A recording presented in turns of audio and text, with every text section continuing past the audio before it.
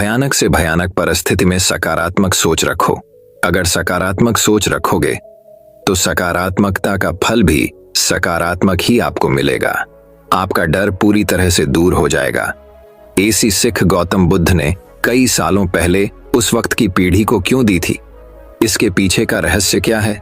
आज इसी रहस्य के बारे में हम गौतम बुद्ध की कहानियों के माध्यम से जानेंगे। तो बिना देर किए चलिए उन कहानियों की शुरुआत करते हैं। पहली कहानी, सकारात्मक सोच का एक प्राचीन रहस्य। इससे कोई फर्क नहीं पड़ता कितनी बार हमारे साथ गलत व्यवहार किया जाता है। इससे कोई फर्क नहीं पड़ता कि कितनी बार हमारा अपमान किया जाता है। कोई फर्क नहीं पड़ता कि कितनी बार हमारे अधिकारों का हनन होता है। लेकिन फर्क सिर्फ इतना है कि हम उन सभी से कैसे निपटते हैं। जो लोग विपरीत परिस्थितियों में भी सकारात्मक सोचते हैं, उनके जीवन में कई परेशानियां कम हो जाती हैं। ऐसे में हमारे नकारात्मक विचार हमारे काम को बिगाड़ सकते हैं। इसके लिए हमें हमेशा सकारात्मक सोचना चाहिए। इस संबंध में लोक कथा। एक लोक कथा के अनुसार एक गांव में दो आरसी एक छोटी सी कुटिया में एक साथ रहते थे। दोनों सुबह सुबह अलग अलग गांवों में जाकर भिक्षा मांगते हैं और फिर झोपड़ी में लौट आते हैं और फिर दिन भर हनुमान का नाम जपते रहते हैं। भीख मांगकर उनका जीवन चल रहा था। एक दिन वे दोनों अलग अलग गांवों में भीख मांगने निकले। शाम को दोनों वापस आए तो उन्हें पता चला कि गांव में तूफान आया है। पहले संत अपनी कुटिया पर पहुंचे तो उन्होंने देखा कि औंधी के कारण कुटिया आधी टूट गई है। उसकी त्योरी छड़ गई और भगवान को कोसने लगे। संत ने सोचा कि मैं रोज मंदिर में भगवान का नाम जपता हूँ। दूसरे गांव में चोरों और लुटेरों के घर सुरक्षित हैं और हमारी झोपड़ी तोड़ दी। हम दिन भर पूजा करते हैं लेकिन भगवान को हमारी कोई परवाह नहीं है। ये भगवान कितने बुरे हैं। वे हम जैसे भक्तों को दुख और दुष्टों को सुख देते हैं। कुछ देर बाद एक अन्य संत भी वहां पहुंचे। उन्होंने टूटी झोपड़ी भी देखी। ये देखकर वह बहुत खुश हुआ और अपना सिर जमीन पर रखकर भगवान को धन्यवाद देने लगा। संत बोले, हे भगवान, आज मुझे विश्वास हो गया कि आप सचमुच हमसे प्रेम करते हैं। हमारी भक्ति और आराधना व्यर्थ नहीं गई। आपने इतने भीषण तूफान में भी हमारी आधी झोपड़ी बचा ली। हम आपकी झोपड़ी में आराम कर सकते हैं। आज से मेरा विश्वास और अधिक बढ़ गया है। इस कहानी से यही शिक्षा मिलती है कि हमें हर स्थिति को सकारात्मक दृष्टिकोण से देखना चाहिए। नकारात्मक विचार मानसिक तनाव बढ़ाते हैं और हम अच्छी चीजें भी नहीं देख पाते। और सकारात्मक सोच की शक्ति दिखाने के लिए एक और कहानी सुनिए। एक शहर में एक अमीर व्यापारी रहता था। एक दिन वह व्यापारिक यात्रा पर गया। रास्ते में घना जंगल था जिसे पार करके उसे अपनी मंजिल तक पहुंचना था। लेकिन वह चलने में बहुत थक गया था, इसलिए वह आराम करने के लिए एक पेड़ के नीचे बैठ गया। आराम करते समय उसे प्यास लगी लेकिन वह पानी नहीं लाया। वह सोचने लगा कि मेरे पास कुछ पानी है ताकि मैं अपनी प्यास बुझा सकूं। जैसे ही उसने ऐसा सोचा तभी एक चमत्कार हुआ और पानी से भरा एक घड़ा उसके सामने प्रकट हो गया। उसके बाद उसने पानी से अपनी प्यास बुझाई। कुछ देर बाद उसे भूख लग गई लेकिन उसके पास खाना नहीं था। उसने खुद से कहा कि कितना अच्छा होगा अगर मुझे एक प्लेट में स्वादिष्ट भोजन मिल जाए तो मेरी भूख खत्म हो जाएगी। बात करते समय उसके साथ फिर से चमत्कार हुआ और विभिन्न व्यंजनों से भरी थाली सामने आ जाएगी। उसने पेट भर खाना खाया और फिर सो गया। उसने अपने मन से कहा कि मैं इस पथरीली जमीन पर कैसे सोऊंगा। काश कोई नरम बिस्तर होता। पलक झपकते ही एक आरामदायक बिस्तर उसके सामने आ गया। वह उस बिस्तर पर लेट गया। उसे ऐसा महसूस हो रहा था जैसे वह स्वर्ग में है जहां उसकी सभी इच्छाएं एक के बाद एक पूरी हो रही हैं। वह इस बात से अनजान था कि जिस पेड़ के नीचे वह लेटा है वह कोई साधारण पेड़ नहीं बल्कि एक कल्पित वृक्ष है जो सभी इच्छाओं को पूरा करने की शक्ति रखता है। बिस्तर पर लेटे लेटे अचानक उसके मन में एक विचार आया। यह जंगल कई तरह के जंगली जानवरों से भरा होगा जो किसी भी वक्त वहां हो सकते हैं। ऐसे में वह अपनी रक्षा भी नहीं कर पाएंगे। जैसे ही यह विचार उसके मन में आया, अचानक से एक खूंखार शेर वहां आ गया। वह शेर को अपने सामने देखकर पूरी तरह से भयभीत हो गया कि वह बच भी नहीं सका। शेर ने उस पर हमला किया और उसे मारकर खा गया। इस प्रकार एक नकारात्मक विचार ने उसकी जान ले ली। इसीलिए कहा जाता है कि मनुष्य अपने विचारों से प्रभावित होता है। सकारात्मक विचार हमेशा सकारात्मक परिणाम देते हैं, इसलिए हमेशा सकारात्मक सोच रखें। गौतम बुद्ध ने कहा है कि ब्रह्मांड की सारी शक्ति पहले से ही हमारी है। हम ही हैं जो अपनी आंखों पर पट्टी बांध लेते हैं और फिर रोते हैं कि कितना अंधेरा है। और जहां तक खुशी की बात है तो ये कोई खुशी नहीं है, बल्कि ये हमारे अपने कार्यों से आता है। मित्रों, इन 4 कहानियों से आपने क्या सीखा, ये हमें कमेंट बॉक्स में लिखकर अवश्य बताएं। तो दोस्तों चलिए अब गौतम बुद्ध की दूसरी कहानी की शुरुआत करते हैं। दूसरी कहानी, मन पर नियंत्रण पर बौद्ध कहानी। ये 4 आदतें छोड़ दो, मन हमेशा शांत रहेगा। ये 4 आदतें छोड़ दो, मन हमेशा शांत रहेगा। एक बार किसी राज्य का राजकुमार महात्मा बुद्ध के पास आता है और वह महात्मा बुद्ध से कहता है, बुद्ध, आप हमेशा कहते रहते हैं कि ध्यान करो, लेकिन मेरे लिए ध्यान करना तो दूर की बात है। मैं कुछ समय के लिए अपनी आंखें बंद करके शांति से भी नहीं बैठ पाता हूं। मेरा मन इतना बेचैन है कि यह हर समय कुछ ना कुछ सोचता रहता है। मैं जब भी ध्यान करने बैठता हूं तो मेरे अंदर विचारों का तूफान आने लगता है, लोगों के बारे में सोचकर, अपने जीवन की बीती घटनाओं के बारे में और अपने भविष्य के बारे में। और ऐसी ही न जाने कितने सारे अजीबोगरीब विचार लगातार मेरे मन में आते रहते हैं। मैं इन्हें रोकने की बहुत कोशिश करता हूं, लेकिन जब मैं इन्हें रोकने में असफल हो जाता हूं तो मैं ध्यान को तोड़कर बैठ जाता हूं। इतनी बातें कहने के बाद वह महात्मा बुद्ध की ओर देखता है और कहता है, बुद्ध, आप मेरी इस समस्या का कोई समाधान बताएं। बुद्ध ने कहा, मैं क्या समाधान बता सकता हूं? सोचो, तुम्हारा ही मन है, लेकिन यह तुम्हें कुछ देर तक आंख बंद करके बैठने भी नहीं देता है। कितना आजाद कर रखा है तुमने इसे। राजकुमार ने कहा, बुद्ध, मैंने बहुत सोचा, लेकिन मुझे अपनी इस समस्या का कोई समाधान समझ नहीं मिला, इसलिए मैं आपकी शरण में आया हूं। अब आप ही कोई रास्ता दिखाएं। बुद्ध ने कुछ देर तक राजकुमार के चेहरे की तरफ बड़े ध्यान से देखा और फिर कहा, ठीक है, तुम ये 4 आदतें छोड़ दो और फिर तुम्हारा मन लगने लगेगा। राजकुमार पूरे ध्यान लगाकर बुद्ध की बातें सुनने लगा।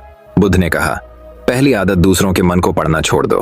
तुम और तुम्हारे जैसे ज्यादातर लोग यही गलती कर रहे हैं कि वो दूसरों की मन की बातों को पढ़ने का प्रयास कर रहे हैं कि अच्छा, सामने वाला मेरे बारे में ऐसा सोच रहा है। और यही एक आदत तुम्हें सबसे ज्यादा बेचैन और परेशान कर रही है। ज्यादातर उत्सवों पर लोग दूसरों के मन की बातों को गलत और नकारात्मक तरीके से ही पढ़ते हैं। जैसे कि लोग अक्सर सोचते हैं कि दूसरे लोग उनकी तरक्की से जलते हैं, उसे नीचा दिखाना चाहते हैं, उसे पसंद नहीं करते, उसकी मदद नहीं करना चाहते, और ऐसी ही ना जाने कितनी सारी नकारात्मक बातें ये लोग दूसरों के प्रति अपने अंदर बैठा लेते हैं।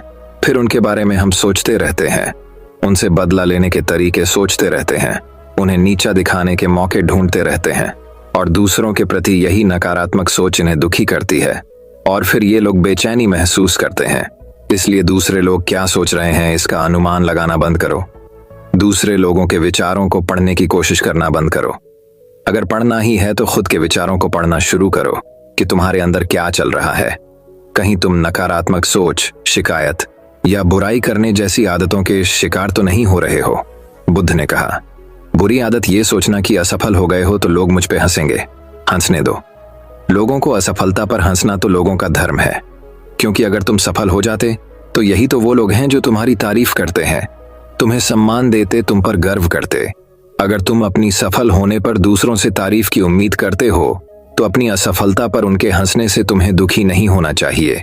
और समस्या ही यही है कि हम इंसान असफलता को बुरा मानते हैं, जबकि असफल होना सफल होने से भी ज्यादा जरूरी है, क्योंकि बिना असफल हुए सफल इंसान के अंदर घमंड और दूसरों को खुद से छोटा समझने की भावना पैदा करती है, जबकि असफलता हमें विनम्र रहना, धैर्य रखना और लगातार प्रयास करना सिखाती है। इसलिए असफलता को बुरा मत समझो, और अगर तुम्हारे काम में असफल होने की संभावना नहीं है तो इसका अर्थ है कि तुमने अपना लक्ष्य अपनी क्षमताओं से छोटा बनाया है। और अगर लोग तुम पर हंस नहीं रहे, तुम्हें ताने नहीं मार रहे हैं, तुम्हारी बुराई नहीं कर रहे हैं, तो तुम अंदर से मरे हुए हो। तुम अपने मानसिक सीमाओं से बाहर जाकर कुछ नया करने का प्रयास नहीं कर रहे हो, क्योंकि असफल भी वही होता है जो कुछ नया करने का प्रयास करता है।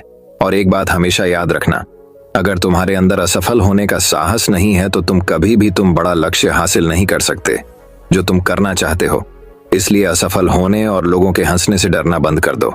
बुद्ध ने आगे कहा, तीसरी आदत, समय को काटना छोड़ दो। लोगों को लगता है कि वो समय को काट रहे हैं, लेकिन असल में समय हर बार उन्हें काट रहा है।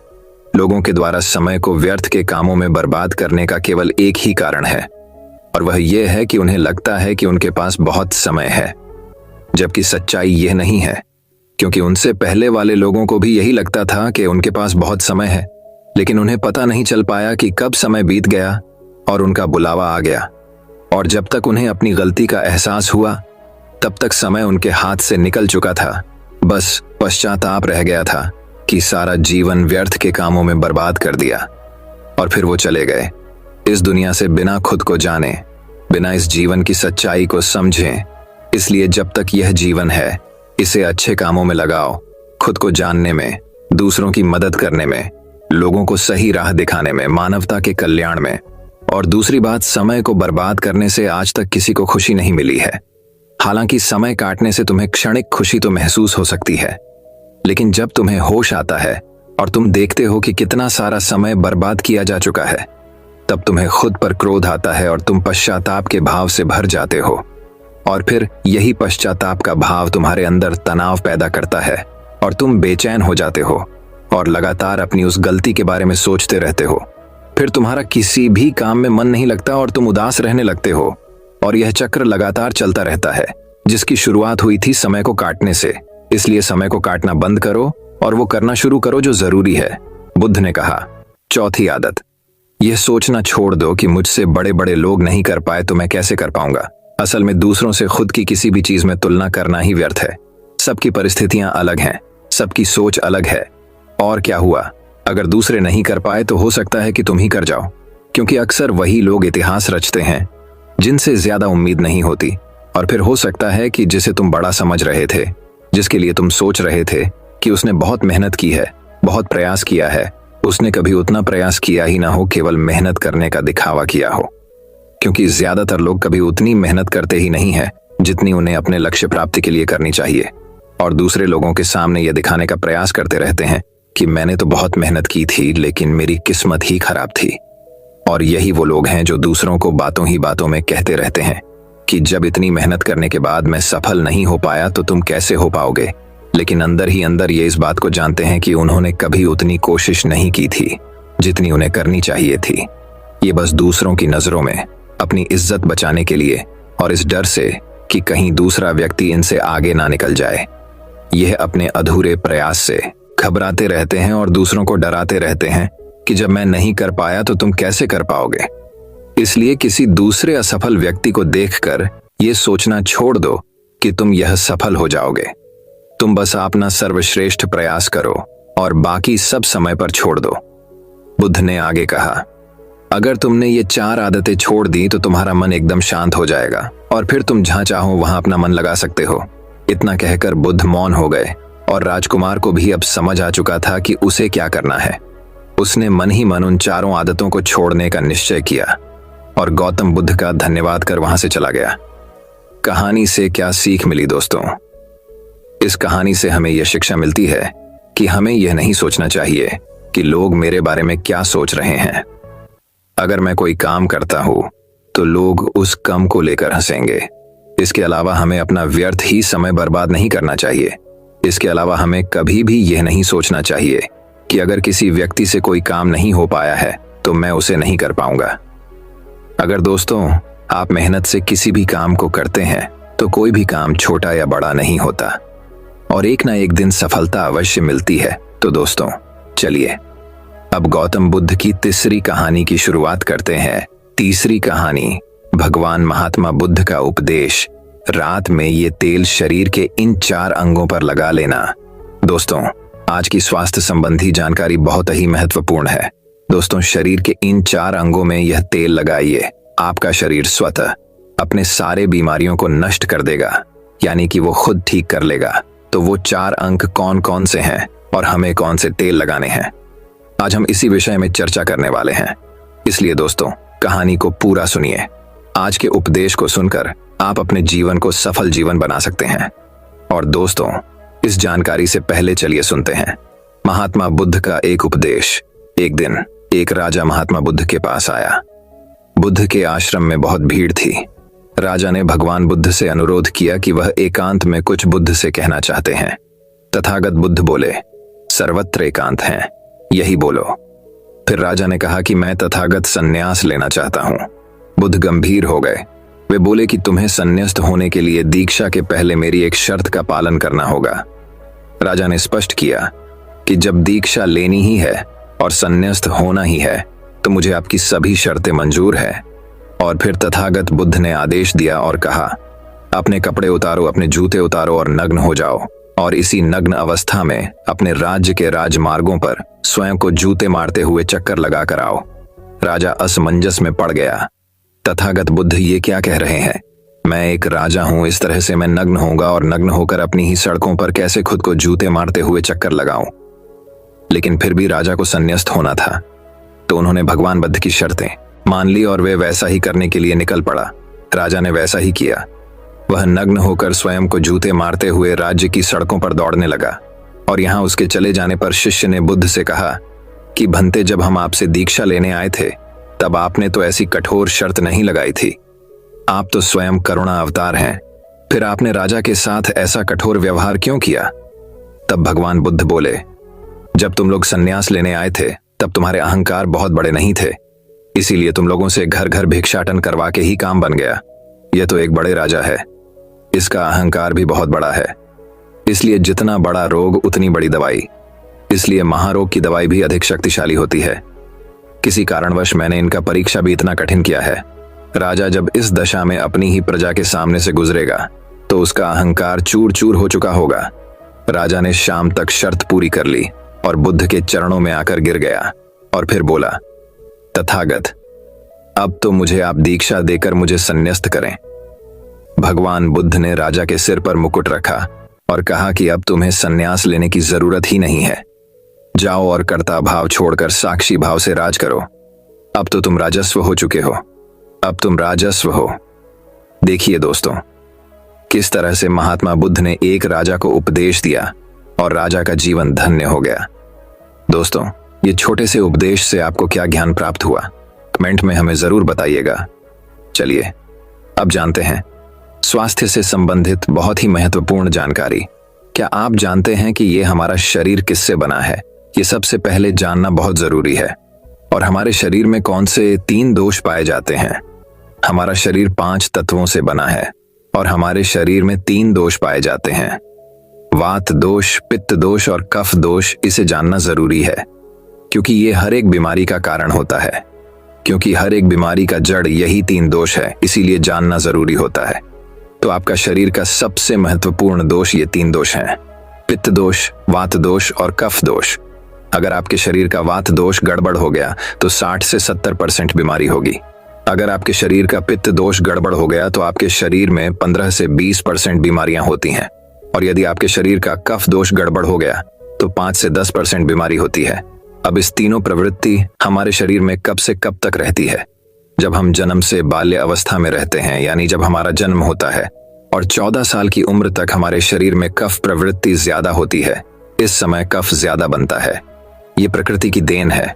कफ इसलिए बनता है क्योंकि हमारा शरीर ग्रो करता है।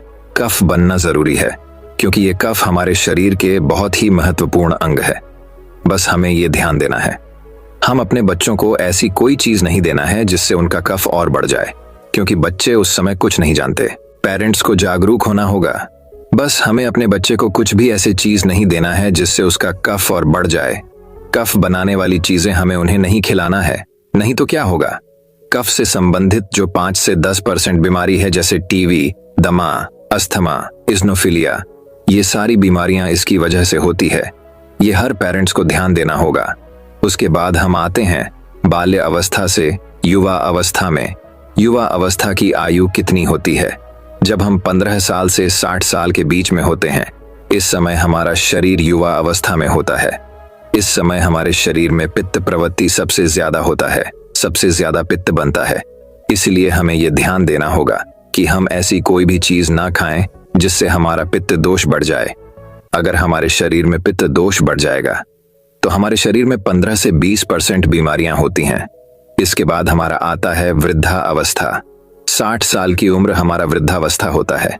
इस समय हमारे शरीर में वात दोष बढ़ता है और वात दोष से संबंधित 60 से 70% बीमारियां हमारे शरीर में होती है।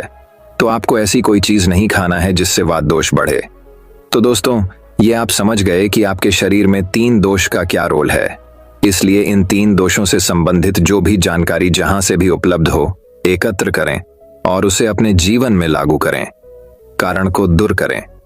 और हमेशा इस बात का ध्यान रखें कि इन 3 दोषों में क्या खाना चाहिए और क्या नहीं खाना चाहिए। इस दोषों को बढ़ाने वाली चीजें कभी न खाएं। अब आप इन तीनों दोषों के बारे में जान गए हैं, तो अब जान लें कि आपका शरीर 5 तत्वों से कैसे बना है। आपका शरीर 5 तत्वों से बना है और इन 5 तत्वों में प्रोटीन्स, विटामिन्स सारे तत्व आते हैं। अब इस 5 तत्वों में और 3 दोषों में जो भी कमी आती है, तभी आपका शरीर बीमार होता है, अन्यथा आपका शरीर बीमार नहीं होता। अब आप समझ गए आपका शरीर बीमार होने का क्या कारण है।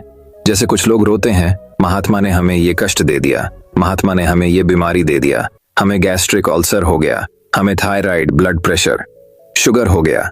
क्यों हो गया?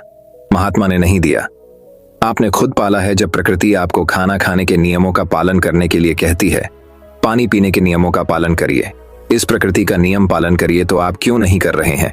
जबकि हमारा शरीर उसी तत्वों से बना है, प्राकृतिक तत्वों से ही तो बना है।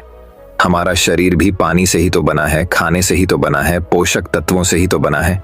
ये सारे नियमों का आपको पालन करना होगा। अब जब ये हमारा पित्त दोष कह रहा है कि ये चीज नहीं खाइए, पित्त और बढ़ेगा, तो आप उसे क्यों खाते हैं? पिज्जा बर्गर आप क्यों खाते हैं? चाय आप क्यों पीते हैं? चीनी आप क्यों खाते हैं? मैदा आप क्यों खाते हैं? जब आप ये सारी चीजें खा रहे हैं तो आपके पेट में एसिडिटी बनेगा, आपका पाचन तंत्र बीमार पड़ेगा। तो जब आपका पाचन तंत्र बीमार होगा तो अनेक बीमारियां आपको आएगी। पैदा तो आप खुद कर रहे हो ना, ब्रह्मांड नहीं दे रहा है, भगवान नहीं कर रहा है। हम आप इसे खुद जाने अनजाने में कर रहे हैं। हम अपने मन को, अपनी जीभ को कंट्रोल नहीं कर पा रहे हैं। तो दोस्तों, ये सारी चीजें आप छोड़ दीजिए। अब बात करते हैं कि हमें अपने शरीर पर कौन सा तेल लगाना चाहिए, कहां पे लगाना चाहिए, इस बारे में जानते हैं। आप समझ गए आपके शरीर का निर्माण कैसे होता है। इसे सुरक्षित रखना आपके हाथ में है। इसकी सुरक्षा आप खुद कीजिए। शरीर की 4 महत्वपूर्ण अंग है जिससे आपकी शरीर की सारी नसें जुड़ी हुई है। पहला है पैर का तलवा, दूसरा है नाभि, तीसरा है आपकी नाक और चौथा है आपका सर। ये 4 सबसे महत्वपूर्ण अंग है और इन चारों जगह पर आपको तेल लगाना है। ध्यान देना है कि आपको कब लगाना है और कैसे लगाना है। तो सबसे पहले चलते हैं। पहला है पैर का तलवा। आपके पैरों के तलवे। जो व्यक्ति रोज सुबह जागकर मॉर्निंग वॉक करता है नंगे पैर जमीन पर या फिर हरी घास पर, तो दोस्तों उसकी आंखों की रोशनी कभी कम नहीं होती। तो इसीलिए आपको पैरों के तलवे में शुद्ध तोरी का तेल लगाना है। इसके अलावा आप शुद्ध सरसों का तेल भी लगा सकते हैं। जब आप रात में सोने जाए तो उसके पहले गुनगुने पानी से अपना पैर धो लीजिए। पैर धोने के बाद बढ़िया से उसे साफ कर लीजिए। सूख जाए जब आप बिस्तर पर लेट जाए और अपने हाथ से मालिश कर लीजिए। रात में सोते समय यही शुद्ध सरसों का तेल, और जैसे ही आप अपने 5 मिनट दोनों हाथों से मालिश करेंगे, तेल से गर्माहट आएगी, तुरंत ही आपको नींद आना शुरू हो जाएगा। अगर आप नींद का टैबलेट लेते हैं, अगर आप डिप्रेशन में है, नींद नहीं आ रही है, तो ये दूसरे दिन से ही बंद हो जाएगा। आपको नींद की टैबलेट की जरूरत ही नहीं पड़ेगी। आपका पागलपन दूर हो, याददाश्त बहुत तेज होती है, दिमाग से संबंधित सारी समस्याएं खत्म, और एक ही बार में आप 10 बजे सो रहे हैं। 4 बजे से पहले आपकी नींद ही नहीं खुलेगी। इतनी बढ़िया नींद आती है। तो पैर के तलवे में तेल लगाने से आपके पाचन तंत्र मजबूत होता है, याददाश्त तेज होती है, भूख लगती है, शरीर में शक्ति मिलती है, ऊर्जा मिलती है, यानी कि शरीर की सारी पोषक तत्वों को आपूर्ति कर देता है। दूसरा स्थान है नाभि, जो कि आपके शरीर का सबसे महत्वपूर्ण अंग है। नाभि के पीछे एक पेकोटी ग्रंथि पाई जाती है और इसी पेकोटी ग्रंथि से शरीर की सारी नसें जुड़ी हुई होती है और ये शरीर की सबसे शक्तिशाली ग्रंथि होती है। इसलिए नाभि में तेल लगाना चाहिए। आप देखते होंगे जब आपके घर में छोटा बच्चा होता है तो माताएं उस बच्चे की तेल से मालिश करती थीं, लेकिन अब तो बच्चों को तेल लगाना ही बंद कर दिया। पहले माताएं 8 से 10 बार दिन में बच्चे की तेल से मालिश करती थीं। वे कहती थीं कि हम जितनी बार तेल की मालिश करेंगे उनकी हड्डियां उतनी ही मजबूत होंगी। और वो घर पर बना हुआ शुद्ध सरसों का तेल होता था। और वो शुद्ध सरसों घर का तेल और किसका बनाती थे? किसी सरसों को घुन करके, सरसों को रोल कर पहले जो उसी से मालिश करती थी, पहले वो लगा देती, उसके बाद छोड़ा करती। लेकिन आज फैशन बदल गया है। लोग तरह तरह के केमिकल युक्त तेलों से मालिश कर रहे हैं। ये किसी काम का नहीं। दोस्तों, कंपनियों हमें सिर्फ बेवकूफ बनाती है और इससे सिर्फ बीमारियां होती हैं। क्योंकि बच्चों की मालिश के लिए सबसे अच्छा तेल सरसों का है और गांव के बच्चों को माताएं आज भी सरसों के तेल की मालिश करती है। गांव के बच्चे शहर के बच्चों की तुलना में कितने कमजोर हैं, इसे आप खुद अनुमान लगा सकते हैं। तो दोस्तों, यह नाभि आपके शरीर का सबसे शक्तिशाली हिस्सा है। तो जब माताएं नाभि में तेल की मालिश करती थीं तो पहले फूंक मारती थी। फूंक मारने के बाद उसमें तेल लगाती थी और दिन भर में 3 से 4 बार तेल लगाती थी। तो दोस्तों, आपको भी आज से शुद्ध सरसों का तेल रात में सोते समय नाभि में लगाना है। और जब आप नाभि में तेल लगाते हैं तो इसके क्या फायदे होते हैं, आप यह जानकर चौंक जाएंगे। पहला फायदा, आपको अच्छी नींद आएगी।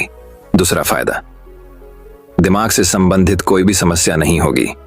तीसरा फायदा, आपका पाचन तंत्र मजबूत रहेगा। चौथा फायदा, आपको भूख बढ़िया लगेगी।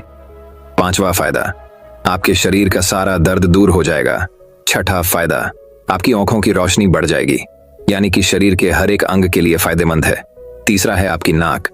पैर का तलवा हो गया, नाभि हो गई। अब हम एक कदम आगे चलते हैं, वो है नाक, कान और आंख। तो दोस्तों, आपको नाक में क्या करना है? अगर आपको गाय का शुद्ध देसी घी मिल जाए तो घी की 1 बूंद दाईं नाक में और 1 बूंद बाईं नाक में, दोनों नाक में 1-1 बूंद डालनी है। रोजाना दोनों नाक में 1-1 बूंद डाले। इसके इतने फायदे हैं, मैं यहाँ गिनाते गिनाते थक जाऊंगा। आपका पागलपन दूर हो जाएगा। अगर किसी को पागलपन है, अगर पागलपन का इलाज चल रहा है तो 3 से 4 महीने के अंदर पागलपन की दवा बंद हो जाएगी। अगर आपके कान के पर्दे में छेद है तो बिना ऑपरेशन के ठीक हो जाएगा। आपको नींद की समस्या है, नींद की समस्या दूर हो जाएगी। आपकी याददाश्त कमजोर है, याददाश्त आपकी तेज हो जाएगी। शरीर में कमजोरी है, शरीर की कमजोरी दूर हो जाएगी। जुकाम आपको कभी पूरी जिंदगी में नहीं होगा। जुकाम, सर्दी की नाक से संबंधित जितनी भी बीमारी है आपको नहीं होगा। चौथा है आपका सर। अब एक अंग और है जहां से आपका शरीर पूरा दिमाग से जुड़ा हुआ है, वो है सिर। अगर गर्मी का सीजन है तो आप स्नान करते होंगे। जब स्नान करके निकले, स्नान करने के बाद जब आपके बालों का पानी सूख जाए तो आपको अपने सिर में शुद्ध सरसों का तेल लगाना है। जैसे ही आप अपने सिर में सरसों का तेल लगाकर सिर की मालिश करेंगे तो आपको 10 मिनट बाद नींद आना शुरू हो जाएगा। सिर में सोते समय तेल लगाने से कई सारे फायदे हैं, जैसे आपका जो बाल पक रहा होगा वो भी रुक जाएगा। आपको नींद बढ़िया आएगी, दिमाग की याददाश्त पावरफुल होगी, शरीर की शक्ति बढ़ेगी, शरीर की कमजोरी दूर हो जाएगी, यानी कि शरीर की सारी शक्तियां आपको मिलेंगी सिर में तेल लगाने से।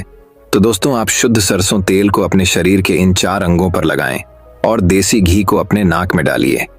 ये प्रक्रिया आप अपना लीजिए, आपका शरीर स्वस्थ और तंदुरुस्त हो जाएगा। जैसे हमने कहा कि ये हमारा शरीर है, हमारा शरीर हमारे ऊपर डिपेंड है, हम इसे किस तरह से रखते हैं। मान लीजिए एक कपड़ा है, आप उसे कितनी सेफ्टी से रखते हैं। खास तौर पर सफेद कपड़ा हो गया, आप उसे पहनते हैं, पहन के बाहर जाते हैं तो आप उसे बहुत बचा बचा कर रखते हैं कि कहीं गंदे स्थान पर टच ना हो जाए। सफेद कपड़ा है, इसमें दाग लग जाएगा, कितना बचा बचा के चलते हैं और फिर आते ही खंटी में निकालकर आराम से टांग देते हैं, जिससे उसमें दाग नहीं लगता है। और फिर अगले दिन पहनते हैं और उसको ध्यान से प्रेस आयरन वगैरह करते हैं। तो दोस्तों, ठीक उसी प्रकार इस शरीर की देखभाल आप खुद कीजिए। जितनी आप इस शरीर की देखभाल करेंगे उतना ही आपका शरीर स्वस्थ निरोग बना रहेगा। तो जैसे हमने कहा, इसका पालन करिए, आप प्रकृति के नियम का पालन करिए। तो दोस्तों, आज से अभी से आप इन 4 जगहों पर तेल लगाना शुरू कर दीजिए। तो दोस्तों, उम्मीद करता हूं आपको इस कहानी से बहुत कुछ सीखने को मिला होगा। यह कहानी आपको कैसी लगी हमें कमेंट बॉक्स में कमेंट करके जरूर बताएं। भगवान बुद्ध की 4 प्रेरक कहानियां, जिंदगी भर काम आने वाली 4 कहानियां। एक व्यक्ति काफी समय से परेशान था, जिसके कारण वह बहुत चिड़चिड़ा और तनाव में रहने लगा। वह इस बात से परेशान था कि उसे घर का सारा खर्चा उठाना पड़ रहा था। पूरे परिवार की जिम्मेदारी उसी पर है। उसके यहाँ कोई न कोई रिश्तेदार आता जाता रहता है। इन्हीं बातों को सोच सोच कर वह बहुत परेशान रहता था। इसी मानसिक तनाव के कारण वह अक्सर बच्चों को डांटते रहता है। उसका अपनी पत्नी से ज्यादातर किसी न किसी बात पर झगड़ा होता रहता था। एक दिन उसका बेटा उसके पास आया और बोला, पापा मेरे स्कूल का होमवर्क करवा दो। वह व्यक्ति पहले से ही तनाव में था, इसलिए उसने अपने बेटे को डांटकर भगा दिया। लेकिन जब थोड़ी देर बाद उसका गुस्सा शांत हुआ तो वह बेटे के पास गया। उसने देखा कि बेटा सो रहा था और उसके हाथ में उसकी होमवर्क कॉपी थी। उसने कॉपी देखी और जैसे ही उसने कॉपी नीचे रखी, उसकी नजर होमवर्क के शीर्षक पर पड़ी। होमवर्क का शीर्षक वह था जो हमें पहले पसंद नहीं था, लेकिन बाद में वह अच्छा निकला। बच्चे को एक लिखना था। इस शीर्षक पर अनुच्छेद उसने क्या लिखा, जिज्ञासावश उसने बच्चे का लिखा पढ़ना शुरू किया। बच्चे ने लिखा, मैं अपनी अंतिम परीक्षा के लिए बहुत आभारी हूं, क्योंकि पहले तो यह अच्छा नहीं लगता, लेकिन उसके बाद स्कूल की छुट्टियां हो जाती हैं। इसके लिए मैं आपका बहुत बहुत धन्यवाद करता हूं। कड़वी दवाइयां जिनका स्वाद खराब होता है, क्योंकि शुरुआत में तो ये मुझे बहुत कड़वा लगता है, लेकिन बाद में ये मेरी बीमारी को ठीक कर देता है। मुझे सुबह जगाने के लिए मैं उस अलार्म घड़ी को धन्यवाद देता हूँ। वह हर सुबह मुझे बताता है कि मैं जीवित हूँ। मैं भगवान को भी धन्यवाद देता हूँ, जिन्होंने मुझे इतना अच्छा पिता दिया, क्योंकि शुरू में मुझे उनकी डांट बुरी लगती थी, लेकिन वह मेरे लिए खिलौने लाते थे, मुझे घुमाने ले जाते थे और अच्छी चीजें खिलाते थे। और मुझे खुशी है कि मेरे पास पिता हैं, क्योंकि मेरे दोस्त सोहन के पिता नहीं हैं। बच्चे का होमवर्क पढ़ने के बाद वह व्यक्ति उठा तो अचानक उसका मन बदल गया। बच्चे द्वारा लिखे गए शब्द उसके दिमाग में बार बार घूम रहे थे। खासकर उसकी आखिरी पंक्ति ने उसकी नींद उड़ा दी। फिर वह व्यक्ति चुपचाप बैठ गया और उसने उसकी परेशानियों के बारे में लिखना शुरू कर दिया। मुझे घर के सभी खर्चों का ध्यान रखना है। इसका मतलब है कि मेरे पास एक घर है और भगवान की कृपा से मैं उन लोगों से बेहतर स्थिति में हूं जिनके पास घर नहीं है। मुझे पूरे परिवार की जिम्मेदारी उठानी पड़ती है। इसका मतलब है कि मेरा एक परिवार, एक पत्नी और बच्चियां हैं, और भगवान की कृपा से मैं उन लोगों से अधिक भाग्यशाली हूं जिनके पास परिवार नहीं है और वह दुनिया में बिल्कुल अकेले हैं। कोई ना कोई दोस्त या रिश्तेदार मेरे घर आते रहते हैं। इसका मतलब है कि मेरी एक सामाजिक प्रतिष्ठा है और मेरे पास मेरे सुख दुख बांटने के लिए लोग हैं। यह सब विचार आते ही उसने हाथ जोड़ लिए, आकाश की ओर देखा और कहा, हे भगवान, बहुत बहुत धन्यवाद। मुझे खेद है कि मैं आपकी कृपा को नहीं पहचान सका। उसके बाद उसका मन एकदम बदल गया। उसकी सारी परेशानियां और चिंताएं मानो दूर हो गईं। उसे अपने अंदर एक अजीब सी शांति महसूस हुई। वह दौड़कर अपने बेटे के पास गया और सोते हुए बेटे को अपनी बाहों में ले लिया और उसका माथा चूम लिया और अपने बेटे और भगवान को धन्यवाद देने लगे। हमारे जीवन में जो भी समस्याएं हैं, जब तक हम उन्हें नकारात्मक दृष्टि से देखते रहेंगे, तब तक हम मुसीबत में रहेंगे। और जैसे ही हम उन चीजों को सकारात्मक दृष्टिकोण से देखना शुरू करते हैं, हमारा मन एकदम बदल जाएगा। हमारी सारी चिंताएं, सारी परेशानियां, सारे तनाव तुरंत खत्म हो जाएंगे और हम मुसीबत से बाहर निकलने के नए रास्ते देखना शुरू कर देंगे। किसी ने क्या सुंदर शब्द कहा है, जो लोग फूल देखना चाहते हैं उनके लिए हमेशा फूल होते हैं। महाभारत के एक संवाद में मृत्यु के बाद सबसे बड़े दानवीर कर्ण की आत्मा ने भगवान कृष्ण से पूछा कि मेरी मां ने मुझे जन्म के समय छोड़ दिया था। क्या यह मेरा पाप था कि मैंने एक नाजायज संतान के रूप में जन्म लिया? द्रोणाचार्य ने मुझे शिक्षा देने से इनकार कर दिया क्योंकि वह मुझे क्षत्रिय नहीं मानते थे। क्या यह मेरी गलती थी? परिश्रम ने मुझे शिक्षा दी और सभी ने मुझे श्राप दिया कि मैं अपनी शिक्षा भूल जाऊंगा क्योंकि वह मुझे क्षत्रिय मानते थे। गलती से एक गाय मेरे तीर के रास्ते में आ गई और मर गई और मुझे गांव के लोगों का श्राप मिला। मुझे द्रौपदी के स्वयंवर में अपमानित होना पड़ा क्योंकि मेरे साथ किसी भी राज परिवार के सदस्य की तरह व्यवहार नहीं किया जाता था। यहाँ तक कि मेरी मां कुंती ने भी स्वयं इस तथ्य को स्वीकार किया था कि मैं उनके अन्य पुत्रों की रक्षा के लिए एक पुत्र हूं।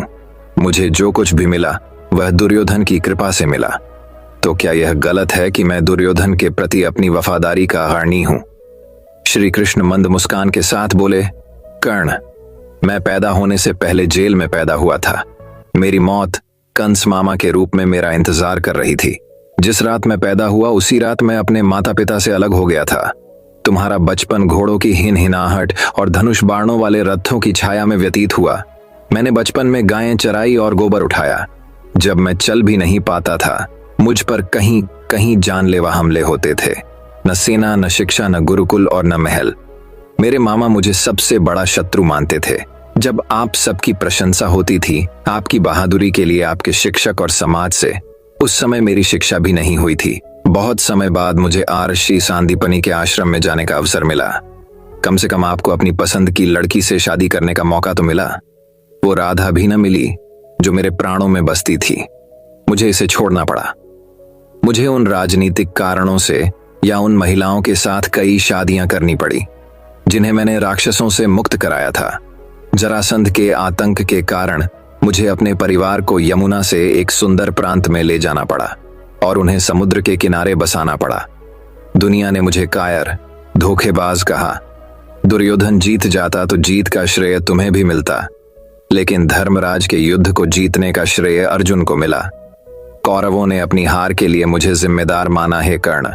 किसी का भी जीवन चुनौतियों से मुक्त नहीं है। हर किसी के जीवन में सब कुछ ठीक नहीं होता है। समस्या केवल यह है कि हर कोई अपनी समस्या को सबसे बड़ा मानता है। क्या सच है, क्या उचित है, यह हम अपनी आत्मा की आवाज से निर्धारित करते हैं। दोस्तों, मैं उम्मीद करता हूं कि यह कहानी सुनने से आपके जीवन में अच्छे बदलाव आए होंगे। आपको इस वीडियो से क्या सीखने मिला ये कमेंट करके जरूर बताएं।